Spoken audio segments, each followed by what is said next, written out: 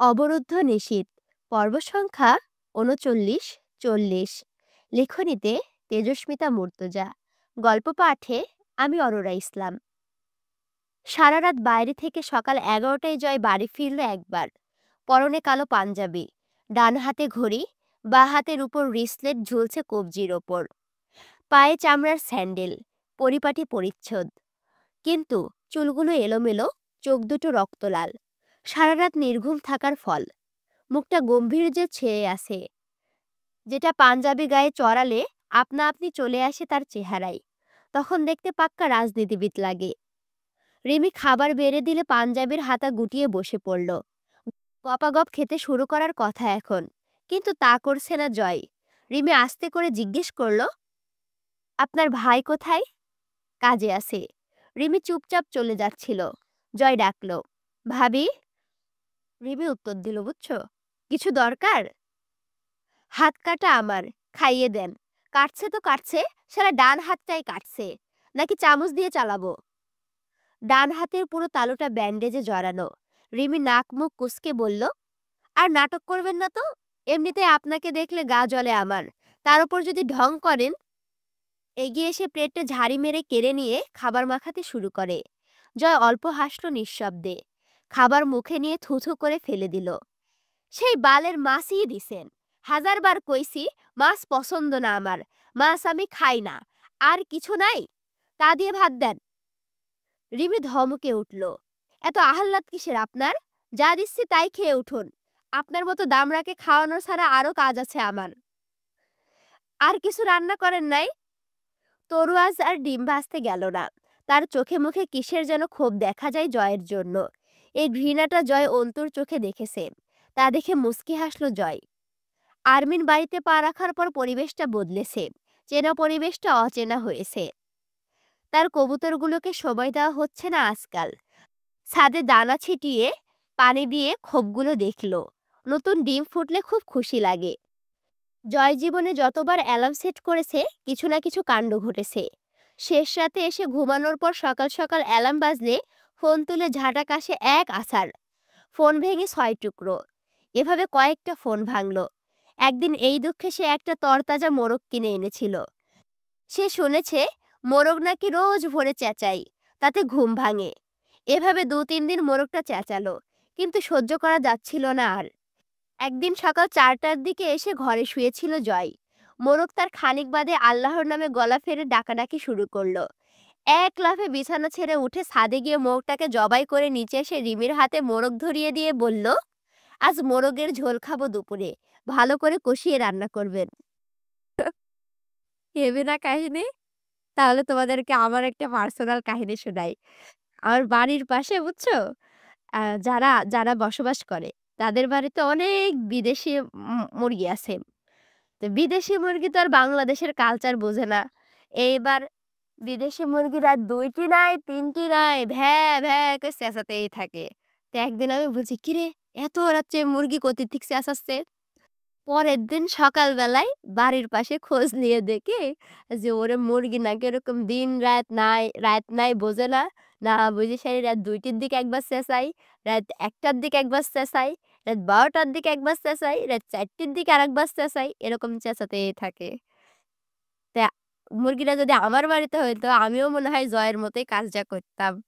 যাই হোক, আমি কিন্তু সম্পূর্ণ ঘটনাটা আমার আঞ্চলিক ভাষায় বললাম। তোমরা যারা কুষ্টিয়া ভেড়ামারাতে আছো তারা শুনলে বুঝতে পারবা। এটা কিন্তু ভেড়ামারার ভাষা। আ এটা এদিকের আঞ্চলিক ভাষার টান, বুঝছো?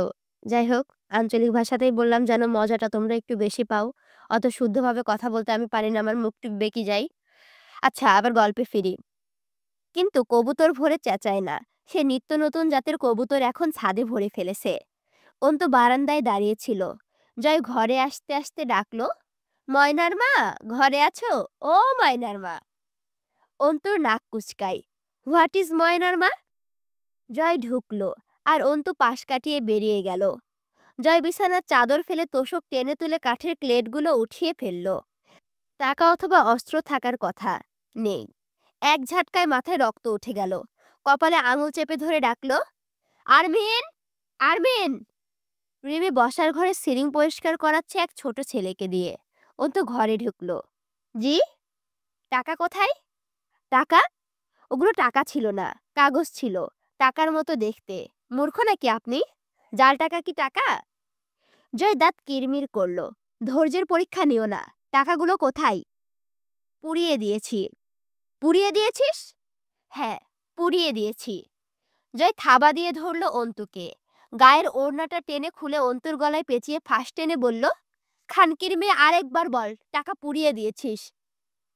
অন্তু জয়ের পাঞ্জাবির কলার চেপে ধরে হিড়হিড় করে টানতে টানতে দক্ষিণের দিকে জানালার দিকে নিয়ে যেতে যেতে বলল, এবার আর বলবো না। চল দেখাই তোকে। তোদের কালোবাজারির মাল আমি পুড়িয়ে দিয়েছি। যা দেশের দশের ক্ষতি করে তা বিছানার নিচে রেখে আমি চোখ বুজে ঘুমাতে পারি না। ওড়নার ফাঁস শক্ত করে জয়। অন্তু ঠিক একইভাবে জয়ের বুকের ত্বক খামচে ধরে চিবিয়ে বলল, আমি ব্যথা পাচ্ছি। ওড়নার পাশ শিথল করুন। তোর এত সাহস কেন মাগির বাচ্চা? হ্যাঁ, ভয় লাগে না তোর আমাকে? নাকে ভয়? কোনো না কোনো কারণ থাকা চাই কাউকে ভয় পাবার। আপনার মতো কাপুরুষকে ভয় পেয়ে আমি আমার নারী সত্তাকে কলঙ্কিত করতে দুনিয়াতে জন্মাইনি জয় আমির। জয় এতই জোরে ফাঁস আটকে ধরল, অন্তুর চোখ উল্টে আসার উপক্রম হলো। অথচ অন্তু দমল না। জয় নিজেই হার মেনে হাত শিথিল করে গলা চেপে ধরল। মনটা চাইতেছে ঠ্যাং বরাবর টান মেরে ছিঁড়া দুই ভাগ করে ফেলি। তোর সাথে কি করা উচিত বুঝেই উঠতে পারছি না আমি। হয়রান লাগে খুব। অন্তু বলল, আমি ব্যথা পাচ্ছি, ছেড়ে দিন আমাকে। আমি অবলা নারী না। স্বামীর নির্যাতন সহ্য করার মতো ক্যাপাসিটি আপাতত অন্তত নেই আমার মাঝে। তুই টাকা পড়াইছিস কেন শোরের বাচ্চা? সত্যি কথা বল, কোথায় রাখছিস টাকা?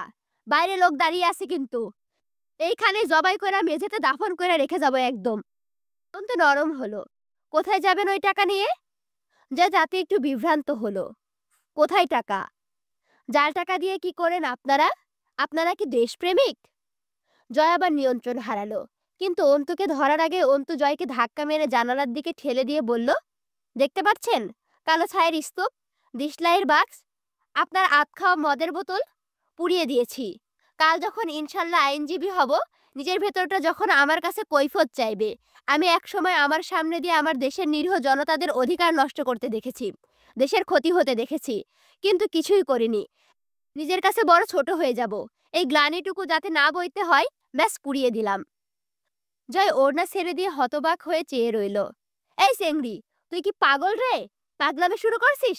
শালা আমিই তো ভুদাই হয়ে গেছি রে। তুই আজ কয়দিন করতাছসটা কি? সিরিয়াসলি, এত ধৈর্যশীল না আমি। ওই, ওই, তুই তুই কি বাপ? তুই কি মনে করিস আমায়? জয় মাথার চুল টেনে ধরে বিছানায় বসে পড়ল। বিশ্বাস করা শক্ত, একটা মেয়ে ওর সাথে কি করে যাচ্ছে। ওকে হার মানতে হচ্ছে মেয়েটার জেদ আর সাহসের কাছে। পলাশকে কি বলবে? এর মধ্যে মাঝারদের ভাগ ছিল। নতুন শত্রুতা তৈরি হবে ফের। ওদেরকে বোমা মেরেও বিশ্বাস করানো যাবে না যে কোনো মেয়ে লোক জয়ের বিরুদ্ধে গিয়ে এতদূর পৌঁছাতে পারে। অস্ত্র সেসবেরই কি করেছিস টুদির বল? তোরে আমি। অন্তু শান্ত স্বরে জিজ্ঞেস করলো, কি করবেন অস্ত্র দিয়ে? অথচ জয় এক মুহূর্তের মাঝে উঠে দাঁড়িয়ে পিস্তলটা ঠেকালো অন্তুর থুতনির নিচে। একদম পুঁতে ফেলবো ওইগুলার কিছু হইলে। দাম তরে বিক্রি করে মেটাবো শালি। আমি বের হব। তাড়াতাড়ি অস্ত্র কই খানকির বাচ্চা। আমি আমার বাইরে আমার আব্বু বসে আছে, আমার আম্মু বসে আছে, পাশে ফুপু আছে। আমি এত জুনার মাঝখানে এই গালিগুলা দিচ্ছি, আল্লাহ গো! এত অ্যাটিটিউডও ভালো না। ছি, ছি, ছি! এত মানুষের মাঝখানে আমি এভাবে গালিগালাজ করছি। যাই হোক, আবার গল্পে আসি। আমার আম্মু সেরকম না। নিজের পরিচয় আমার ওপরে চাপানোর চেষ্টা করবেন না। জয়ের নিজেকে পাগল পাগল লাগলো এক মুহূর্তে।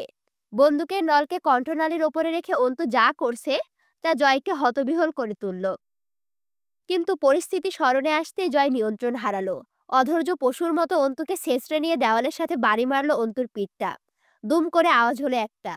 অন্তু কোনোভাবে তাগড়া জয়ের শরীরের শক্তির সাথে পেরে উঠল না। ঠিক যেমন সেদিন রাতে পারেনি নিজের সম্ভ্রম রক্ষা করতে। মেরুদণ্ডের হাড় মচমচ করে উঠল। তবুও বলল না অস্ত্র কোথায়। ব্যথাগুলো আর অনুভূত হচ্ছে না। আব্বুর মুখটা খুব মনে পড়ছে। আব্বু অন্তুকে সবসময় অন্যায়ের বিরুদ্ধে সোচ্চার হতে শিখিয়ে শেষ অবধি মরণ দিয়ে গেছে নিজ হাতে। জয়ের কল বাজল। জয় অন্তুকে চেপে ধরে রেখে অন্য হাতে ইনকামিং কল রিসিভ করলো। আসতেছি, দাঁড়ান নিচে। আর যেন কল না আসে আমার কাছে। ফোন বিছানায় ছুঁড়ে মেরে অন্তুকে বলল, ওই এদিক তাকা। আমায় ভোদাই মনে হয় তোর? হ্যাঁ, ভয় লাগে না একটুও? তোর কি মনে হয় আমি তোর ওপর দুর্বল? ছাড় দেই বেশি এই জন্য? কোনটাকে ছাড় দেওয়া বলছেন? আমি শুনতে চাই। এত কথা বলিস কেন তুই? কথা আমি কম বলি, কিন্তু বলি তিক্ত কথা, যা শুনতে ভালো লাগে না, তা এমনিতেই বেশি মনে হয়। আরমিন, তোর লয়ার স্পিচ আমাকে শোনাবি না। কসম জিহ্বা টেনে ছিঁড়ে আনবো। নিচে গাড়ি দাঁড়িয়ে আছে, রাজধানীতে যাওয়া লাগবে রাতের মধ্যে। টাকার জন্য আপাতত কিছু বলতেছি না। অস্ত্র লাগবে, এক্ষুনি লাগবে। বুঝতেছিস তুই? কেন লাগবে অস্ত্র? তাতে তোর যায় আসা যাবে না। তোর আইনজীবী হিসেবে ঘরে আনি নাই। তা ঠিক, কিন্তু আমার ভেতরে তো সেই রকমই কিছুরই বসবাস। চোখ ও হাত অদক্ষ থাকতেও সন্ত্রাসীদের হাতে মরণ খেলনা তুলে দিতে পারি না। জয় কিছুক্ষণ অন্তুর চোখের দিকে চেয়ে থেকে চট করে হেসে ফেলল। তাহলে চোখ আর হাত দুটোই আলাদা করে দেই তোমার সুন্দর দেহ থেকে? করতে পারেন, আমারও দায়ভার কমে যেত। ঘেন্নায় যখন করিস, তখন আমার জিনিসে হাত লাগাস কেন? তোরে বলছি না আমার কাছ থেকে দূরে থাকবি?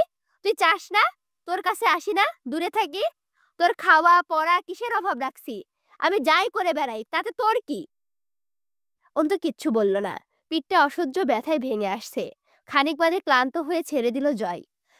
সামনের মানুষটার চোখে ভয় বা উদ্বেগ না দেখলে অত্যাচারের শক্তিটা ম্রিয়মাণ হয়ে আসে। তার জেদের সামনে কখনো কেউ দাঁড়াতে পারে না। কিন্তু অন্তুর একগুঁয়েমি আর চোখের তেজে কোনো দুর্বলতা খুঁজে পায় না জয়। জয় ফ্যান চালিয়ে ঘর্মাক্ত শরীরে পিস্তল রেখে ধপ করে বসে পড়ল বিছানায়। পাঞ্জাবির বোতামগুলো আলগা করল। কপালের কিনারায় বেয়ে বেয়ে বেয়ে টপ টপ করে ঘাম ঝরে পড়ছে। চুলগুলো চপচপ করছে ঘামে ভিজে। ড্রয়ার খুলে রিমোট বের করে এয়ার কন্ডিশনার অন করে দিল। দরজা জানলা সব খোলা। অন্তু আস্তে করে দেওয়ালে হেলান দিয়ে বসলো। হাত গাল পিঠ বলছে অন্তু একটু কেঁদে নে। অন্তু তাদেরকে বলল, আমার কেউ নেই রে। একা একা কাঁদতে নেই, কান্না দেখার লোক না থাকলে। আমার কান্না শুনে ব্যথিত হবার মতো কেউ নেই আমার কাছে, কিন্তু তা দেখে আমার দুর্বল বুঝে হেসে ওঠার লোক অনেক আছে। অস্ত্রগুলো কোথায় রেখেছিস আরমিন? না দিলে কি মেরে ফেলবেন? অন্তুর গলার স্বর বসে গেছে। জোরে জোরে নিঃশ্বাস নিতে নিতে জয় বলল, বুঝতে পারছি না। আঙুল দিয়ে কপালে চেপে ঘাম ফেলে। ভেবে বলুন, না দিলে কি করবেন? অ্যাসিড মেরে জ্বালিয়ে দেব তোকে। ক্লান্ত স্বরে বলল অন্তু, তাই করুন তাহলে। আমারও বেঁচে থাকতে ভালো লাগছে না, খুব বিরক্ত হয়ে গেছি। ধুর, এটা কি জীবন হলো? তবুও বলবি না ওগুলো কোথায়? নিজের মুখে অন্তত না, মুখ আমার কাছে কৈফিয়ত চাইবে। জয় শব্দ করে শ্বাস ফেলল। তোমার দুঃসাহসের পরিণাম তোমার পরিবারের ওপরে গড়াতে খুব কষ্ট হবে আমার, ঘরওয়ালি। অন্তর ভেতরটা আটকে উঠল। তা চেপে হাসল সামান্য। লাভ কি হবে তাতে, এই বিরোধিতার সীমা বাড়া ছাড়া? আব্বু বলতো, বাঁকা লোহাতে বেশি জোরে আঘাত করলে তা সোজা হবার বদলে উল্টো দিকে বেঁকে যায়। সেটাতে আপনি যা জোরে আঘাত করবেন তা সোজা হবার মাত্রা ছাড়িয়ে তত বিপরীতে বেঁকে যাবে। জয় কিছুক্ষণ চুপচাপ চেয়ে রইল অন্তুর মুখের দিকে। অন্তু নিজের বাঁ হাতের তালুর দিকে চেয়ে আসে। জয় জিজ্ঞেস করল, কেমন মৃত্যু চাও তুমি? অন্তু যেন সম্মিত পেল। হুম, মুস্কি হাসল। আপনার খুশি মতো যা দেবেন সব মঞ্জুর। জয় চোখ বুজে শক্ত ঢোক গিলল। অস্ত্রগুলো কোথায় রেখেছো? অন্তু সে একই প্রশ্নের করে, কি করবেন আপনারা অস্ত্র দিয়ে? জয় হার মানল। রাজধানীতে সম্মেলন আছে, লাগবে ওগুলো, বের করে দাও। অন্তু ক্ষণকাল চুপ থেকে বলল, রাজনীতি কাকে বলে? বুঝি না আমি, অস্ত্রগুলো বের করে দাও। বিরোধী দলের করটে ওড়াতে খুব দরকার, তাই তো, বুঝি আমি। রাজনীতির জন্মলগ্নে তার মূলনীতি ছিল জনসেবা, সেসব এখন পুরনো হয়েছে। এখনকার মূলনীতি হলো গদিতে বসা, আর গদিতে বসতে হবে বিরোধী দলের আগের করা শত্রুতার প্রতিশোধ নিতে। কে কি করেছিল, কে বিরুদ্ধে কথা বলেছে, কে প্রতিবাদ করেছে, এটা গণতন্ত্র। কিন্তু 5 বছর ফুরলে গদি ছেড়ে সুষ্ঠু নির্বাচন হতে দিতে হবে, এমন কোনো সংবিধানও নেই। এই 5 বছরে যা করা হলো গদি থেকে নামলে বাঁচার উপায় আর থাকে না। সুতরাং পরের বারের নির্বাচনে যে করেই হোক গদিতে থাকতে হবে, অন্তত বেঁচে থাকার জন্য। নয়তো বোরকা শাড়ি গ্রাউন্ড পরে বিদেশে পালাতে হবে। জয় চুপ করে বসেছিল। সে বেশ মনোযোগী শ্রোতা। কাজু বাদামের পাত্রটা তুলে নিল। কয়েকটা চিবোতে চিবোতে বলল, কেউ একজন বলেছিলেন, রাজনীতি নিয়ে কোনো কিছুর ব্যাখ্যা করেছেন তো আপনি হেরে গেছেন।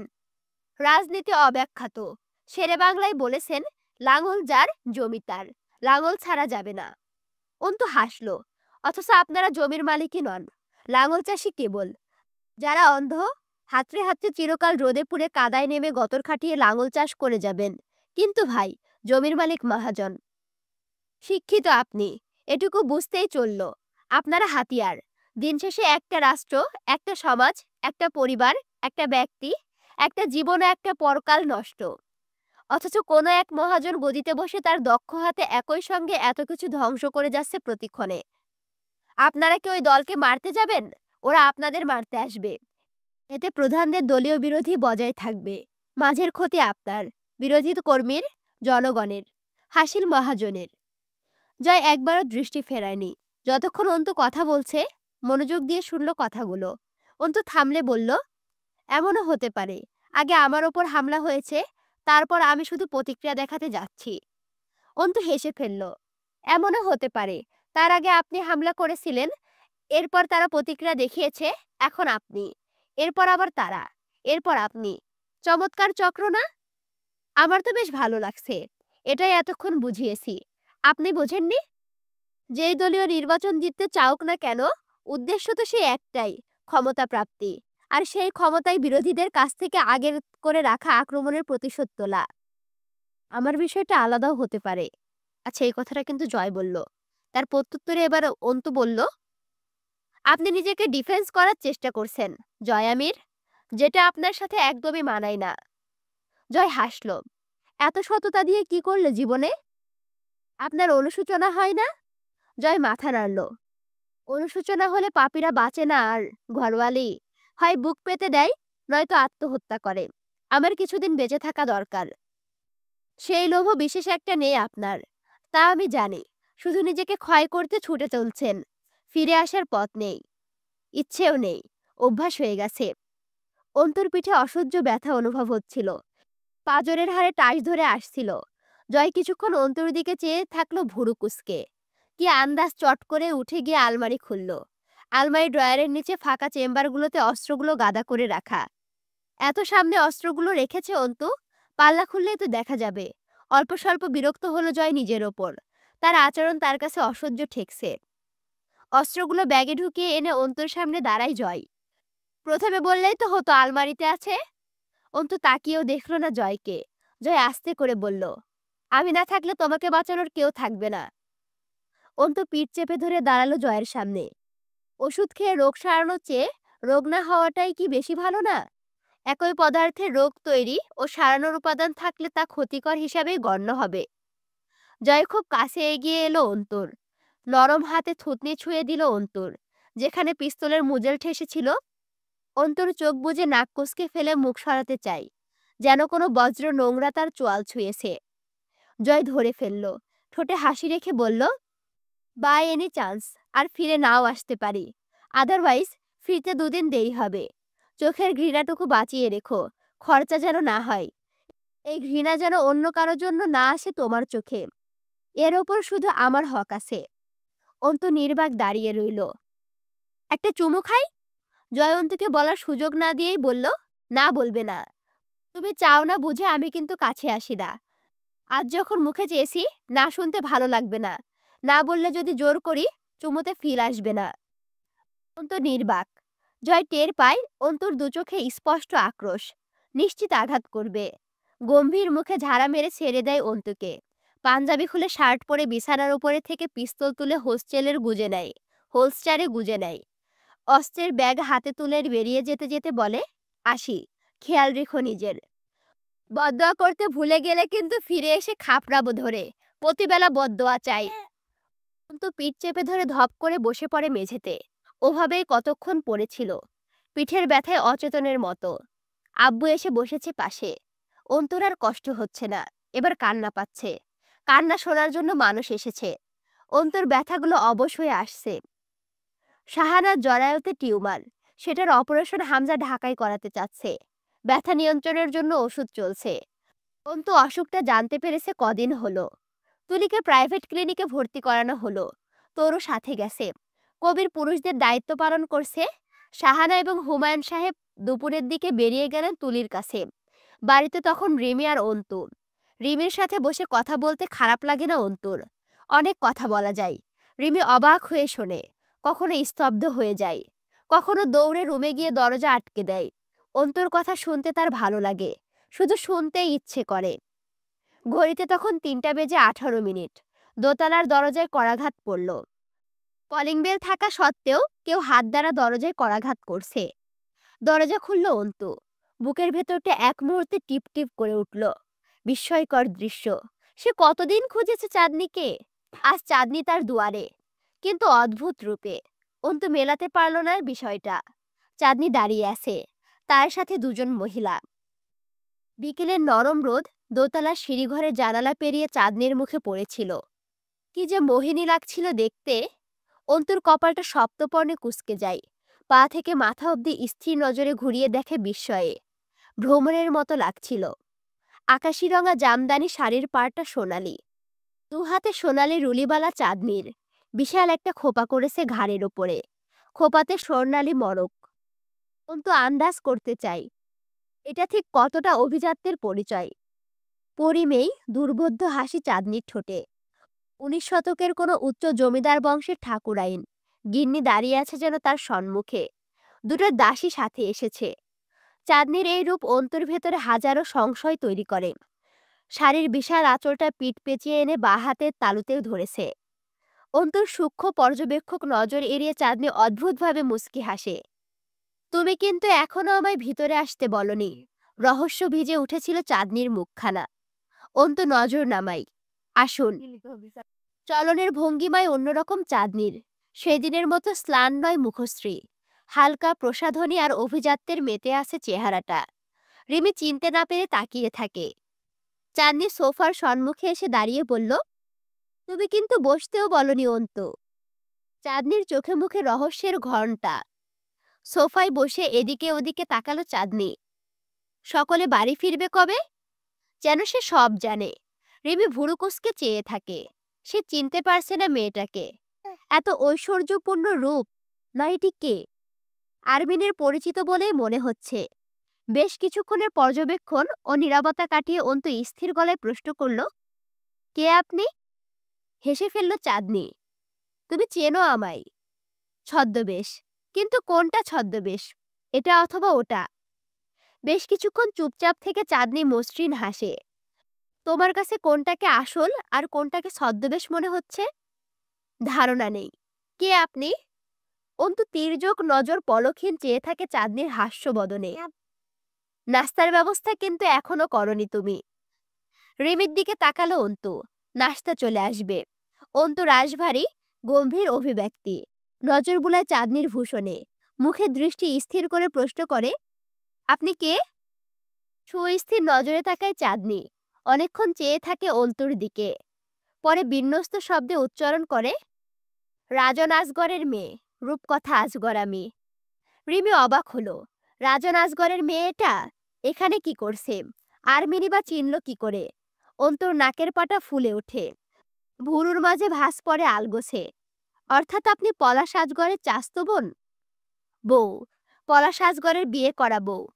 স্থির কণ্ঠে বলে চাঁদনি, মুখে স্মিত হাসি। অন্তুর বুকের স্পন্দন উল্লেখযোগ্য হারে বাড়ে একটু। এক মুহূর্ত দম আটকে চেয়ে থাকে। রিমি ওদের কথোপকথনের অধিকাংশই বুঝতে পারছিল না, অথচ কিছু একটা আগ্রহ পাচ্ছিল। সে উঠল না নাস্তার ব্যবস্থা করতে, বসে থাকল। চাঁদনি অন্তুর নজর তাক করে চেয়ে আসে। তার গোলাপি ঠোঁট জুড়ে মৃদুমন্দ হাসি। হাসি বাড়িয়ে জিজ্ঞেস করে, ঘেন্না লাগছে আমায়? না, এখনো লাগছে না, যেহেতু পুরোটা জানি না। অন্তুর চিন্তাধারায় ধন্য হবার মতো হাসল রূপকথা। সেদিন আমার সাথে কথা বলে তোমার আমার উপর অনেক রকমের সন্দেহ কাজ করেছিল, ঠিক বলছি? অন্তু নির্বাক জবাব দেয়, ঠিক বলেছেন।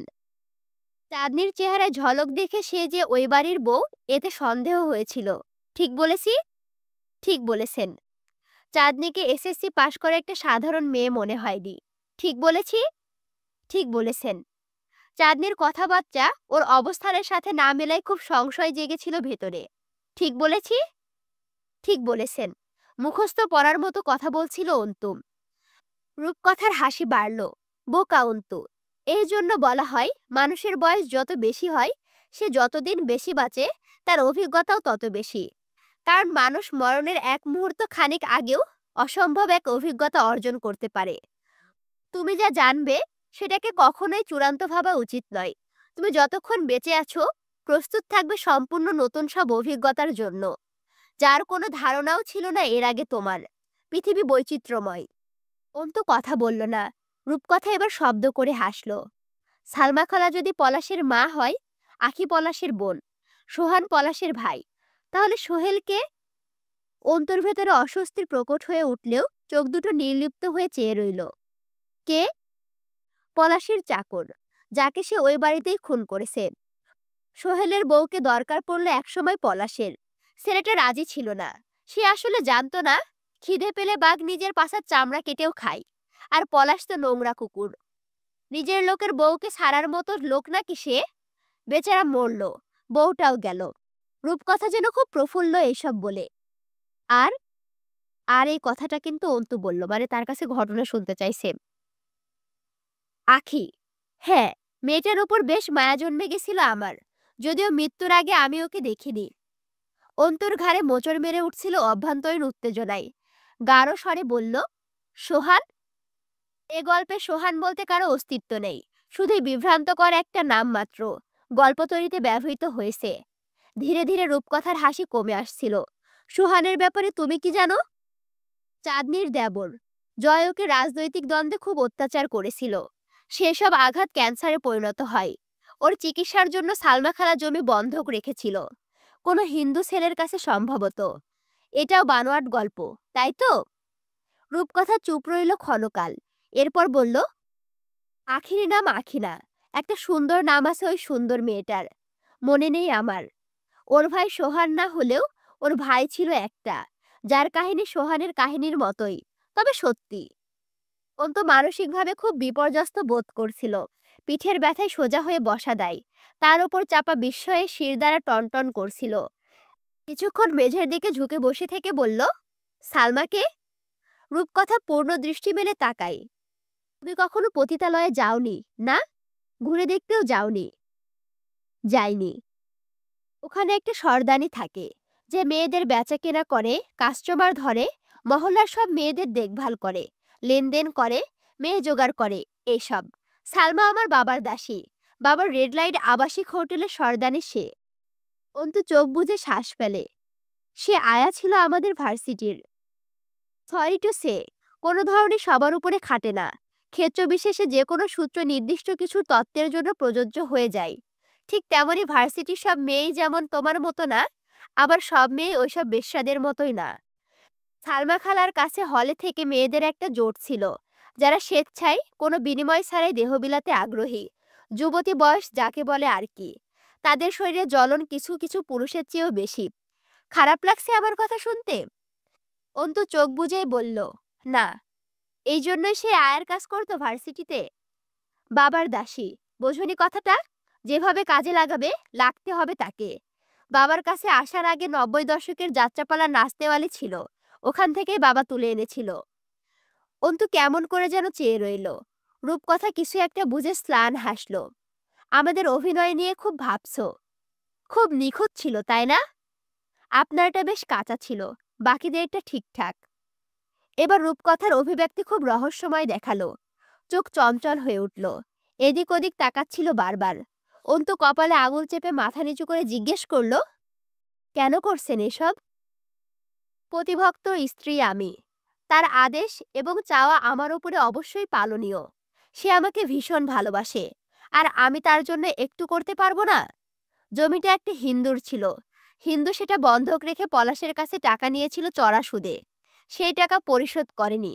জমি পলাশের। লোকটা লোকজন ধরতে শুরু করলো, কিন্তু পলাশে সেখানে তার একটা আবাসিক হোটেল বানাবে ভেবে হিন্দুকে টাকা ধার দিয়েছিল। হিন্দু কান্নাকাটি করলেই ছেড়ে দেবে সে, কিন্তু সবখানে জোর জবরদস্তি করতে নেই। রেপুটেশন বলতে একটা কথা আছে, সুতরাং গল্প বানাতে হলো। এর মাঝে আখি মানে ওই মেয়েটার মার্ডার হয়ে গেল। সব গুলিয়ে একটা জোর তালে দিয়ে গল্প বানাতে হয়েছিল। সেখানে অভিনয় করেছিলাম আমরা কয়েকজন। খুব কষ্ট করতে হয়েছিল। কতগুলো দিন সারাদিন ওই টিনের ঘরে থাকতে হয়েছে। রাত গভীর হলে তবে বাড়ি ফিরতে পেরেছি।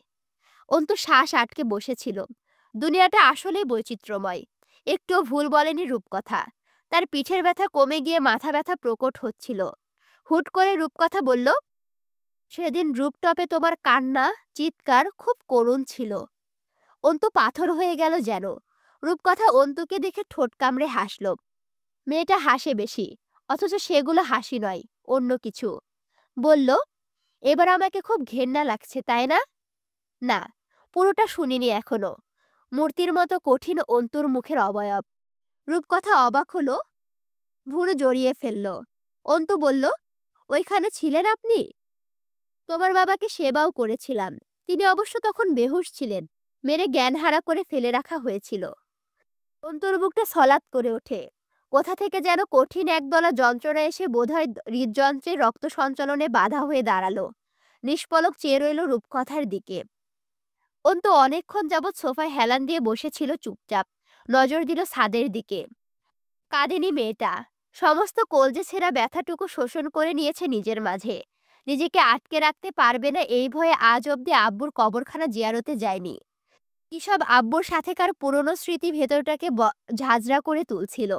অন্তু জোরে শ্বাস নিয়ে এক লাহময় নিজের কঠিন্যে ফিরে এলো। কেন করেছেন এসব?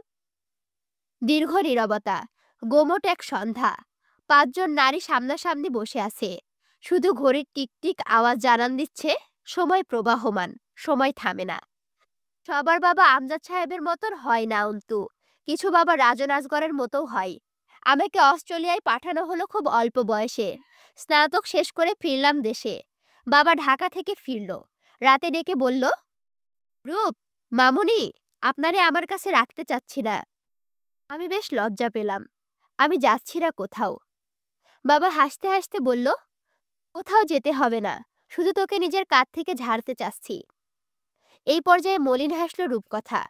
জানতে পারলাম পলাশ ভাইয়ের সাথে বাবা বাঁধতে চায় আমাকে। পালাতে চেয়েছিলাম আমি। লুকিয়ে দেশের বাইরে চলে যেতে চেয়েছিলাম।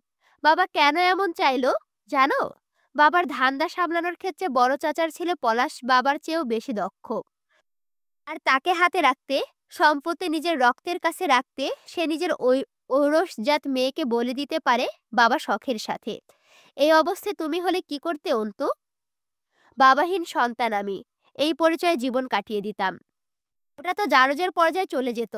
তুমি বাস্টার্ড বলে পরিচিত হতে। আপনার বাবার মতো বাবাকে বাবা মানার চেয়ে কি ভালো নয় আমি পিতৃ পরিচয়হীন আজন্ম বাঁচব? উদাস হয়ে পড়ল রূপকথা। আমি পারিনি। বাবার স্বার্থপরতার কাছে মানসিকভাবে হেরে গেলাম। এরপর, এই, তুমি আমার বাসর রাতের গল্প শুনবে? অন্তু জবাব দিল না। রূপকথা সোফাতে শরীর এলিয়ে শাড়ির কুচি গুটিয়ে পায়ের উপরে পা তুলে বসল। দৃষ্টি ছাদে নিবদ্ধ। এত সুন্দরী এই রূপকথা, তার উপর এমন সাজসজ্জা, ঠিক যেন রাজকুমারী লাগছে, অথচ মুখটা স্লান এখনো। পলাশ ভাইয়াকে একটা বাংলো বানিয়ে দিয়েছিল বাবা। সেখানে কাঁচা গোলাপের বাসর। বসেছিলাম আমি, মৃত্যুর অপেক্ষা করছি। পলাশ এলো। হাতে অ্যালকোহলে ভর্তি হিপ ফ্লক্স। ফুলের ওপর শেষরে আচ্ছয়া হয়ে পড়ল। দেরি করার সময় নেই তার। ঢকঢক করে খানিক গিলে আমার শাড়ির এক প্রান্ত ধরে টান দিল। শাড়ির পাড় ছিঁড়ে পলাশের হাতে চলে গেছিল জানো। খুব শক্ত হাত, বুঝলে? অন্তু চুপচাপ তাকিয়ে রয় রূপকথার দিকে। মেয়েটা ছাদের দিকে তাকিয়ে কথা বলছে। স্যাডিজম বোঝো? স্যাডিস্ট না, ভয়াবহ মানসিক রোগ। সাধারণত পুরুষেরা নারীকে স্পর্শ করে এবং আদরের মাধ্যমে নিজেদের শারীরিক চাহিদা মেটায়। এই রোগে আক্রান্তরা কি করে জানো? অন্তু তাকিয়ে রইল। ধর্ষকামী হয়। অর্থাৎ সাধারণভাবে নারীদেহ ভোগ করে এরা সন্তুষ্টি পায় না। নারী শারীরিক যন্ত্রণায় যত বেশি চিৎকার করে, এদের কানে সেই চিৎকারের আওয়াজ, নারীদেহের ক্ষত এবং মুখের করুণ কাতরতা এদেরকে যেন যৌন সুখ দেয়। অর্থাৎ এরা নারী শরীরকে অমানসিক আঘাতের মাধ্যমে সুখ পায়। অন্তুর ভেতরটা অস্থির হয়ে উঠল। এই তৃপ্তিটা অন্তু সেই দিন রুফটপে পলাশের মুখে দেখেছিল। যখন অন্তু কাঁদছিল, অন্তু অবাক হলো। জয় অসংখ্যবার বলেছে পলাশ পাগল, ওর মানসিক সমস্যা আছে, ও শালা সাইকো। জয় আমি সাধারণভাবে কঠিন সব সত্য বলে, বোঝার উপায় থাকে না। অন্তু কপাল চেপে ধরল। রূপকথা বলল, আমার শরীরে অনেক দগদগে দাগ আছে, দেখবে? অন্তু কিছুক্ষণ চুপ থেকে বলল, এরপর কি হয়েছিল? রূপকথা হাসল। বাসর হলো। যা এতদিন অন্য সব মেয়েরা সয়েছে তা আমি সইলাম। চিবুক দিয়ে পেটানো হলো আমাকে। আমার প্রতিটা আত্মচিৎকার পলাশের মুখে হাসি ফুটাচ্ছিল। একটা মজার কথা শুনবে অন্তু? অন্তু তাকাই। রূপকথা হাসল। বাবা আমাদের বাসর ঘরের বাইরে সোফায় বসে ড্রিঙ্ক করছিলেন। আমার চিৎকারের প্রতিটা ইটের গাঁথনি কেঁপে উঠেছিল সেদিন। বাবা খুব শক্ত লোক, তাই না? বাবারা এমন হয়, অবিশ্বাস্য। অন্তুর মনে হলো তার সাথে কিছুই হয়নি। এই দুনিয়ার কোপানলে সে পড়েনি। উহু, জয় এমন নয়। জয় ঘৃণ্য, তবে তুলনায় গেলে জয় অনেক সুস্থ। জিজ্ঞেস করল, এরপর? আমাকে উল্টো করে শক্ত খাটের সাথে বাঁধল পলাশ দড়ি দিয়ে। অন্তু আর শুনতে চাইল না। তার ভেতরে অদ্ভুত ধরনের এক হিংস্রতা কাজ করছে।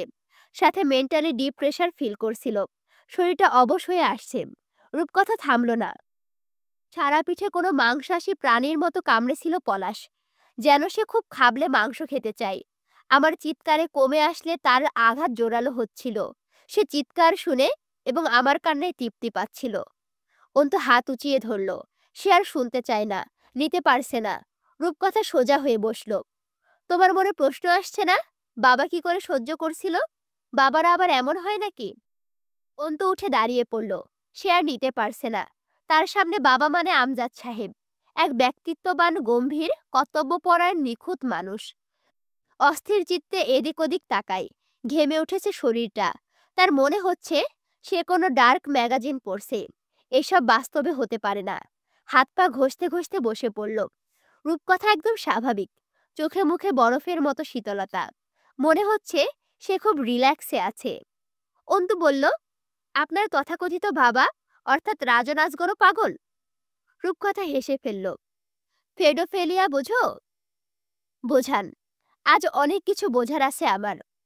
শিশু নির্যাতনের প্রবণতা, অর্থাৎ যা পলাশ নারীর সাথে করে, বাবার তা ছোট বাচ্চাদের সাথে করার নেশা আছে। পলাশ সেক্সুয়াল স্যাডিস্ট, বাবা ফেডোফিলিক স্যাডিস্ট। অর্থাৎ এরা মানুষকে অত্যাচারের মাধ্যমে তাদের আত্মচিৎকারের আওয়াজে তৃপ্তি পায়। রিমি পাথরের মতো বসেছিল। এতক্ষণ সে যেন শুধুই ঠাকুর ঘরে সাজিয়ে রাখা মূর্তি। নিঃশ্বাসও ফেলেনি বোধহয়। এবার বিক্ষিপ্ত এলোমেলো একটা শ্বাস ফেলল। পুরো বংশটাই পাগলের কারখানার শ্রমিক। অন্তু অনেকক্ষণ পর জিজ্ঞেস করল, এসব হয়েছে আপনার সাথে, আর আপনি কি করেছেন? করিনি বলছো? অনেক কিছু করেছি। আমি যা করেছি তা নিতে পারবে তো? আমি কি করেছি তা জানো তুমি? অন্তু স্থির চেয়ে থাকলো। রূপকথা বলল, মানুষের ব্যথার কাছে খুব স্বার্থপর হয়ে যায় অন্তু। যে কোনোভাবে সে নিষ্কৃতি চাই। আমিও তাই চেয়েছি। তাই জন্য এইসব নোংরা কাজ করেছি, যার ক্ষমা নেই। পলাশ যা বলতো শুনতে শুরু করলাম। শর্ত ছিল, সে আমার কাছে আসবে না।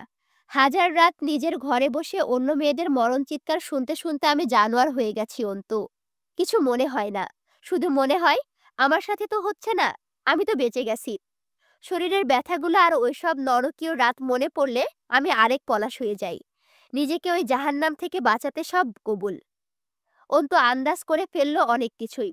রূপকথা বলল, পলাশকে সুস্থ করার জন্য চেষ্টা করেছিলাম জানো। নিজের রূপে এবং দেহে আকৃষ্ট করতে চাইতাম, যেমনটা স্বাভাবিক পুরুষেরা হয়। বাবা ঢাকায় থাকতো, বাড়ি ফাঁকা।